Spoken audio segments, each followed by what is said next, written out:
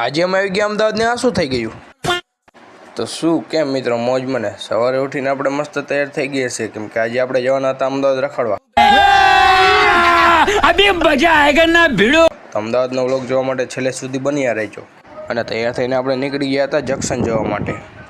તો ફાઇનલી મિત્રો આપણે પહોંચી ગયા છીએ સુરેન્દ્રનગર જંકશને. જંકશને આવીને આપણે લઈ લીધી ટિકિટ અને થોડી જ વારમાં આપણો કુણાલભાઈ પણ આવી ગયા. તો ફાઇનલી મિત્રો આપણી ટ્રેન પણ આવી ગઈ છે અને પછી આપણે બેસી ગયા હતા ટ્રેનમાં અને સ્ટેશને આવીને આપણે બેસી ગયા ઓટોમાં પેલેડિયમ મોલ જવા માટે. અને પેલેડિયમ મોલમાં આવ્યા હતા તો મોલ જ બંધ હતો અને પછી આપણે આવી ગયા નાસ્તો કરવા માટે. તો અહીંયા કંઈ રેડી જ નહોતું થયું. આજે તો નકરું પોપટ જ થાય છે. અને પછી આપણે ખાઈ લીધા પડીકા અને નાસ્તો કરીને આપણે નીકળી ગયા હતા પેલેડિયમ મોલ જવા માટે. ત્યાં તો આપણને અહીંયા ચીન ચૂ જોવા મળી ગયા.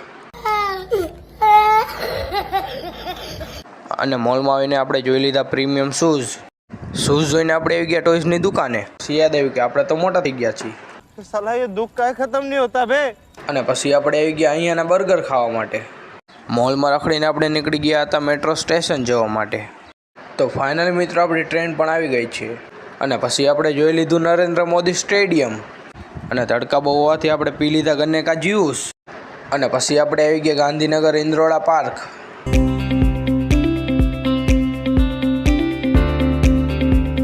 અને પાર્કમાં આવ્યા ત્યાં તો આપણા જીગરી દોસ્ત ભેગા થઈ ગયા હતા.